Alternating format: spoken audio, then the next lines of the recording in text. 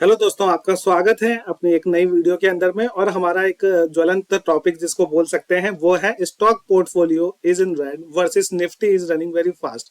आप देख रहे होंगे निफ्टी ने काफी स्पीड से मूवमेंट करी है पिछले 1 से 2-3 महीने के अंदर में। वो 16,000-17,000 में जा रहा था, चला था महामंदी आने वाली है और वो भाग गया 18,500 में। और आपके स्टॉक जो निफ्टी के साथ साथ गिरे थे वो ऊपर नहीं आ पाए। अब ऐसे में बड़े एक्साइटमेंट वो लगता है कि ऐसे में क्या हो और काफी लोग दुखी भी होंगे क्योंकि हम स्टॉक पोर्टफोलियो में अपने स्टॉक्स बड़े ध्यान से चुनकर अच्छे स्टॉक्स लिए थे। अब क्या उनको छोड़ दिया जाए और ऐसे में हम क्यों दुखी हो, जबकि हम एक स्मार्ट इन्वेस्टर्स के कैटेगरी में आते हैं। और अगर आप अपने उसमें देखेंगे, हमारा जो चैनल रहा है हमने हमेशा से म्यूचुअल फंड को हमेशा अपने साथ में रखा है। मार्केट ऊपर गई है नीचे गई है कुछ भी हुआ है, हमने अपनी एसआईपी कभी भी नहीं रोकी है। तो वहां पे हमारे को एक बहुत बड़ा फायदा है। किस तरह से पहली बात तो हम ये समझेंगे कि रेड और वर्सेस फास्ट में क्या डिफरेंस है, क्यों हुआ ये सारा का सारा मूवमेंट, और साथ ही साथ में देखेंगे कि हम किस तरह से हैप्पी हैं इस सिचुएशन के अंदर में भी। चाहे मेरा ये रेड है लेकिन मैं दोनों पालों में हूँ, मेरे को निफ्टी में भी मेरा पूरा का पूरा इन्वेस्टेड है और साथ साथ में मेरा स्टॉक पोर्टफोलियो अगर ये डाउन चल रहा है तो ये भाग रहा है, जब ये रुकेगा तो ये भागने लग जाएगा। दोनों चीजों को समझने की कोशिश करेंगे। इसकी शुरुआत करने के लिए बेसिकली यही हम एक ब्रॉडर मार्केट को समझने की कोशिश करते हैं। यहाँ पे मैंने 3 चार्ट को कवर करा है। निफ्टी 50 का चार्ट आपको दिखा होगा रेड के अंदर में, और आपको ये लाइट ग्रीन के अंदर में निफ्टी मिड कैप 150 है और निफ्टी स्मॉल कैप 250 आपको दिखाई देगा ऑरेंज के अंदर में। अगर आप 1 साल के पीरियड का टाइम होराइजन देखते हैं यहाँ पे तो आपको दिखाई देगा कि 1 साल के अंदर में बहुत ज्यादा किसी ने कमा के नहीं दिया है। मार्केट को देखा होगा आपने, समोसे बनाए पूरे टाइम पीरियड के अंदर में, और यहाँ पे लगभग सिर्फ 6.5% की रिटर्न निफ्टी ने दी है। लेकिन पॉजिटिव साइड में निफ्टी की रिटर्न है। निफ्टी स्मॉल कैप की रिटर्न देखेंगे सिर्फ 3% के अराउंड में आ रही है और स्मॉल कैप मिड कैप की 3% के अराउंड में, स्मॉल कैप ने अप्रोक्सीमेटली 2% 1.5% के अराउंड में नेगेटिव रिटर्न दी है। ऐसे में क्या करा जाए और ऐसा क्या हुआ।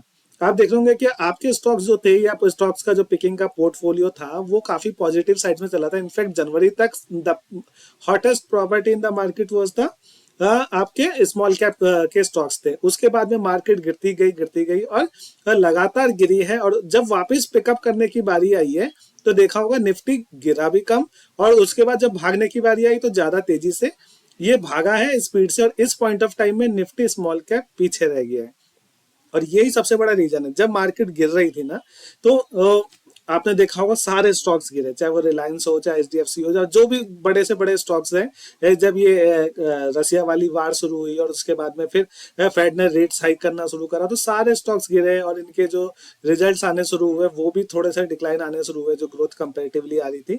तो पर जो क्या हुआ, स्मॉल कैप के जो स्टॉक्स थे वो वापस उठे ही नहीं। और जो आपके बैंकिंग सेक्टर से जनरली क्या होता है, कंपोजिशन देखेंगे निफ्टी 50 का तो वहां पे क्या हुआ कि जो बैंकिंग सेक्टर्स थे या फिर जो स्मार्ट मनी जो बड़े इन्वेस्टर्स होते हैं उन्होंने स्मॉल कैप से पैसा निकालना शुरू करा और सेफ स्टॉक्स के अंदर में डालना शुरू करा। उसकी वजह से निफ्टी 50 भाग रहा है। अब बात आती है कि ये तो हम सिनारियो समझ गए कि अभी जो ज्यादातर पैसा है वो बड़ी कंपनी से अंदर में लग रहा है, स्मॉल कैप के अंदर में अब आप सिर्फ क्वालिटी स्टॉक्स के साथ में काम कर सकते हैं। अच्छे क्वालिटी स्टॉक्स में पैसा लगाएंगे तो ही आगे बनेगा, अदरवाइज ये थोड़ा टफ टाइम शुरू होने वाला है जहां पे आपको स्मॉल कैप और मिड कैप के अंदर में क्वालिटी स्टॉक्स के साथ में जाना है। हैरी गैरी कोई कंपनी नहीं दौड़ेगी। अब बात आती है कि मैं क्यों हैप्पी हूँ या फिर मेरे जितने भी अपने भाई बंधु होंगे जिन्होंने इन्वेस्टमेंट करा है वो क्यों हैप्पी है। क्योंकि हमने क्या करा था, इंडेक्स फंड को हमेशा से प्रायोरिटी दी थी कि हमारे पास में एक इंडेक्स फंड होना ही चाहिए।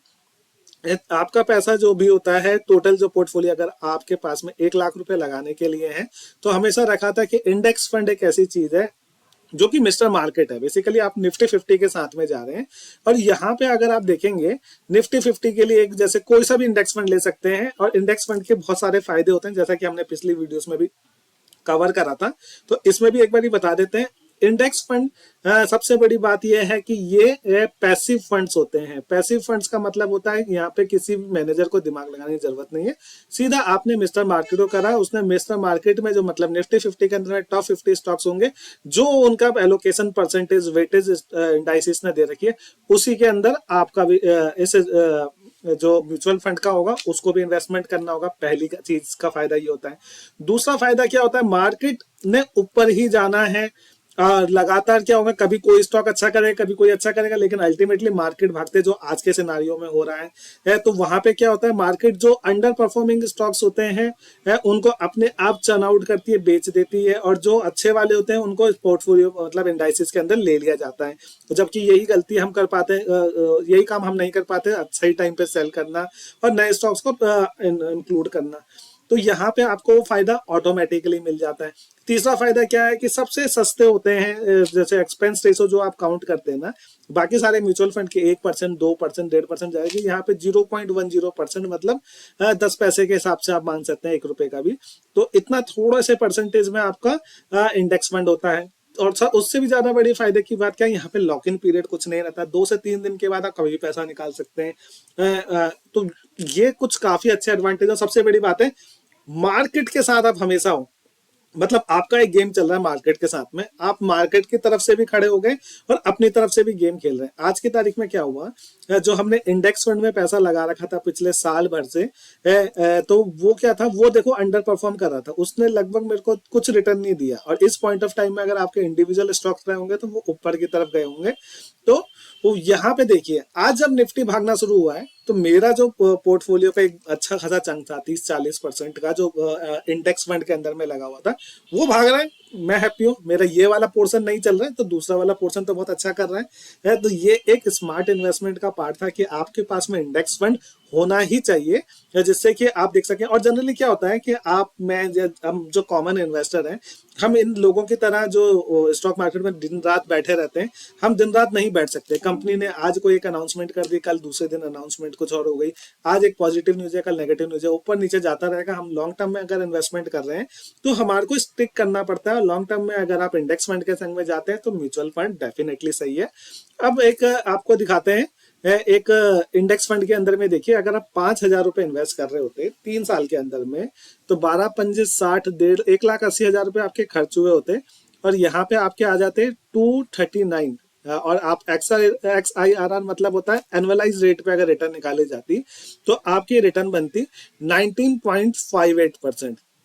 ये एक समझने की बात है कि आपको कितना अच्छा फायदा हो सकता था। 20% के अप्रोक्स की रिटर्न आप एक इंडेक्स फंड के संग में कमा के जा रहे हैं। अब बात आती है कि भाई पिछले 2 साल तो बहुत अच्छे चले गए थे, तो ओवरऑल अगर देखा जाए तो क्या रिटर्न्स आती है। ये नीचे इन्होंने दिखाया है कि ये जो फंड है ये 2012 से परफॉर्म कर रहा है। देखिए कई साल बहुत अच्छे जाएंगे, जैसे कि 2012 में भी 28% की रिटर्न आई थी। अगला साल ठंडा जाएगा 7.5% का, फिर उसका अगला साल फिर गर्म गया आपका 32%। उसके अगले साल में मार्केट ने -3% की रिटर्न दी, उसके अगले साल भी 3%। 2 साल डल हो गया, इन्वेस्टमेंट करना छोड़ देंगे, नहीं करेंगे।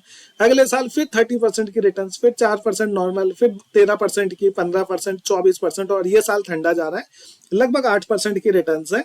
अगर मैं इसको ओवरऑल में अगर करते हैं, कैलकुलेट करते हैं, तो अगर मैंने यहाँ पे इसको एवरेज में डाला था, तो अगर आप इसको एवरेज आउट करते हैं तो आपकी रिटर्न आती है 14.76%। मतलब अप्रोक्सीमेटली 15% की रिटर्न आपको इंडेक्स कमा के दे रहा है आज की तारीख में, 15% की रिटर्न। और आप देख रहे हैं कि इसका लगातार फायदा, और ये मैंने आपको एनुअलाइज बेसिस में बताया था। अगर इसका पीरियड आप बढ़ाना चाहो, वो करना चाहो, एडजस्ट करना चाहो, तो आप हिसाब से अपनी रिटर्न्स को देख सकते हैं। और ऐसे में क्या हुआ, जब हम एक्टिवली जिन स्टॉक्स को पिक कर रहे थे वो नीचे जा रहे हैं, मार्केट ने अपने आप चर्न आउट करा हुआ है। जो बड़े इन्वेस्टर्स हैं जब वो सेफ खेलना चाहते हैं तो वो इंडेक्स के अंदर में खेलते हैं, बड़ी कंपनीज के अंदर में पैसा लगाते हैं। तो ये फायदा हमारे को यहाँ पे हुआ है। इंडेक्स फंड को डेफिनेटली आपके पोर्टफोलियो के अंदर में होना चाहिए। इसके अलावा क्या था कि अगर आप देखना चाहेंगे किस तरह से मूवमेंट हो रही है, तो हमने क्या करा था, एक ट्रेंड लाइन के अंदर में एक अच्छा आता है कि मार्केट के अंदर में जाएंगे ना, तो मार्केट को ऑब्जर्व करने के लिए एक नया आ रखा है। तो यहाँ पे क्या है, आप डिफरेंट टाइप्स के स्टॉक्स को, इंडाइसिस को एक साथ में ट्रैक कर सकते हैं कि किस तरीके के इंडाइसिस ने परफॉर्म करा है अभी करंट के टाइम के अंदर में। आप indices wise, sector wise performance देखना चाहें कि फर्टिलाइजर सेक्टर ने, जैसे एक हफ्ते की बात करें तो करंट वीक के अंदर में फर्टिलाइजर्स ने ज्यादा अच्छा करा है, हेल्थ केयर सेक्टर ने अच्छा करा है, मीडिया चला है, थोड़ा सा बैंकिंग चला है, इस तरह से आता है। अगर आप एक महीने की बात करते हैं तो आपको यहाँ पे दिखाएगा कि भाई केमिकल सेक्टर, बोलते कमर्शियल सप्लाईज ने अच्छा करा है, मेटल माइनिंग ने करा है, करंट ने करा है। इस तरह से आप सेक्टर वाइज भी, इंडस्ट्री वाइज स्पेसिफिक जाना चाहो तो उसमें इंडस्ट्री का वो भी आएगा। इंडाइसिस वाइज भी जाएंगे तो आपको परफॉर्मेंस दिखाई देगी। अगर आपको मैंने यहीं पे इसका चार्ट को भी डाउनलोड कर लिया था पूरे डाटा के अंदर में, ये देखिए है। और इसके अंदर में अगर शायद डाटा थोड़ा छोटा दिख रहा हो तो इसको बड़ा कर लेते हैं यहाँ पे। हाँ ठीक है, वह हट गया। ये रहा। ठीक है, तो यहाँ पे क्या है, अगर आप देखेंगे मैंने कुछ मेजर इंडाइसिस को ऊपर की तरफ में मार्क करा था। ठीक है, जिससे आप समझ सकते हैं क्या कैसी परफॉर्मेंस है। और साथ में जो वो बाकी पूरी ब्रॉडर मार्केट में डिफरेंट टाइप के इंडाइसेस बने हुए हैं, तो किसने किस तरह से परफॉर्म करा over the period of time, तो ये आपको देखने के लिए दिखाई देगा। तो निफ्टी 50 को देखेंगे, एक हफ्ते के अंदर में 1% की मूवमेंट है, 50 कंपनी का स्टॉक्स है, 40 बढ़ी थी, 10 डिक्लाइन हुई थी। और यहाँ पे देखिए 2 साल के अंदर में 43%, मतलब ये टोटलिटी में परफॉर्मेंस बता रहा है। XIRR नहीं है जो कि एनुअलाइज बेसिस पे करता है। 3 साल में 53%, 5 साल में 78%, 10 साल में 229%। यहाँ पे सेम लगभग सेंसेक्स का भी है। और यहाँ पे देखेंगे आप मिड कैप और स्मॉल कैप के अंदर में देख सकते हैं देखिए किस तरह से उसने परफॉर्मेंस दी है। यहाँ पे देखिए 2 साल के टाइम होराइजन में ये ज्यादा बेटर थे, 3 साल के टाइम होराइजन में ये और भी सही थे, इनसे अच्छा परफॉर्म कर रहे हैं निफ्टी 50 और सेंसेक्स के। लेकिन अगर आप 5 साल के टाइम होराइजन में देखें कितना बड़ा गैप आ जाता है स्मॉल कैप और निफ्टी 50 के बीच में। और या फिर मिड कैप और निफ्टी, जितना लंबा टाइम होराइजन होता है तो वहां पे जितने बड़े स्टॉक्स होते हैं वो काफी अच्छा परफॉर्म करते हैं। तो आपको इन चीजों को समझना पड़ेगा कि आपको क्वालिटी ढूंढनी पड़ती है जब स्टॉक पिकिंग करते हैं। तो ऐसे में जो कि रेगुलरली मार्केट को वॉच नहीं कर सकते, ट्रेंड नहीं देख सकते, जैसे कि आपने देखा होगा पिछले 1-1.5 हफ्ते के अंदर में रेलवे स्टॉक्स खूब भागे। और अब आप रेलवे RVNL जैसा स्टॉक्स जो पिछले 2 साल से आपके वहां पे 26, 27, 28 रुपए में मरा पड़ा था, फिर 30-35 जाता था, फिर वापस गिर के 28-29 आ जाता है। और कोई ऐसा नहीं है कि वो अपने बिजनेस को मल्टीप्लीकेशन कर लेगा मल्टी लेवल पे, गवर्नमेंट के साथ ही काम करने वाला है और वहीं करता रहेगा, उससे आगे उसकी सोच भी नहीं है। लेकिन क्या करें, अब उसका मोमेंटम आया, वो 60-70 में चले गया, अब आप उसको खरीदने जाएंगे वो कुछ दिनों में नीचे गिर जाएगा, आपकी परचेज सबसे हायर साइड पे हो जाएगी, तो वो नहीं कर सकते।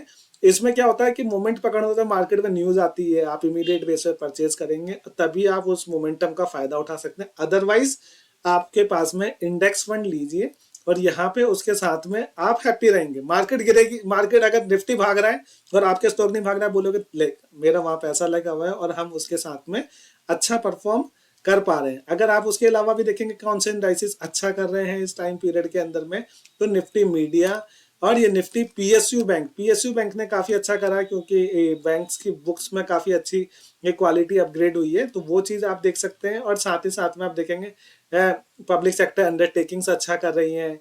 हाई बीटा स्टॉक्स, ये निफ्टी के ना कुछ इंडाइसिस भी बनते हैं कि हाई बीटा मतलब होता है जो इंडाइसिस से थोड़ा आगे ज्यादा स्पीड से चलता है, मतलब बढ़ेगा तो भी तेज बढ़ेगा, गिरेगा तो भी तेज गिरेगा। निफ्टी मिड कैप 50 भी है। IT में देखो ये एक अच्छा साइन है, IT में दोबारा से जान आनी शुरू हो गई। निफ्टी IT में जो IT स्टॉक्स गिर रहे थे ना, उन पे नजर रखना। अब उनको काफी नीचे दाम के ऊपर में अवेलेबल है, थोड़ा कॉन्फिडेंस रखोगे ये अच्छा करेगा। लॉन्गर टाइम होराइजन के अंदर में लगातार ये मेजर इंडाइसिस को बीट कर रहा है। और इसको मैंने हमेशा से इसके अगर मैंने म्यूचुअल फंड में भी कहा था कि स्पेसिफिक IT स्पेसिफिक जो म्यूचुअल फंड्स है वो लॉन्गर टाइम होराइजन में काफी अच्छा करे थे, तो इस पे ध्यान रखना। अभी रिसेंट में काफी पिटाई हुई है इसमें, तो काफी अच्छे रीजनेबल प्राइस पे काफी सारे स्टॉक्स आपको मिल पाएंगे। और एक ये पावर स्टॉक्स भी काफी अच्छा कर रहे हैं रिसेंट में, तो उस पे भी एक नजर रख सकते हो। तो कुछ एक स्टॉक्स हैं जो आपको समझ पे आना चाहिए कि मार्केट किस तरह से कर रही है। और निफ्टी 50 का अगर आपके पास में इंडेक्स फंड है तो वहां पे अपना जो ये बोल सकते हैं ना SIP को कंटिन्यू करके रखिए। और लॉन्गर टाइम पीरियड के अंदर में 15 से 16% की रिटर्न अच्छी आ रही थी। ये तब था जब पिछले 5-7 साल में, मतलब 18 से पहले बीच में डल साल भी गए थे। और आगे जिस तरह से बोला जा रहा है कि प्रोग्रेस होने वाली है, वर्ल्ड इकोनॉमिक्स डाउन जा रही है और इंडिया का बूमिंग टाइम हो रहा है, तो निफ्टी 50 को मिस नहीं कर सकते हैं। और मेरा आपको यही सजेशन रहेगा, जनरली कोई बोलता नहीं है कि डायरेक्ट सजेशन दे रहे हैं, तो मैं भी ये बोलूंगा फैसला आपका है, लेकिन एक अच्छा फैसला लेना है तो आप इंडेक्स फंड के बारे में सोच सकते हैं। उम्मीद करता हूँ आज की वीडियो अच्छी लगी हो तो प्लीज चैनल को लाइक एंड सब्सक्राइब करना ना भूलें। Thank you.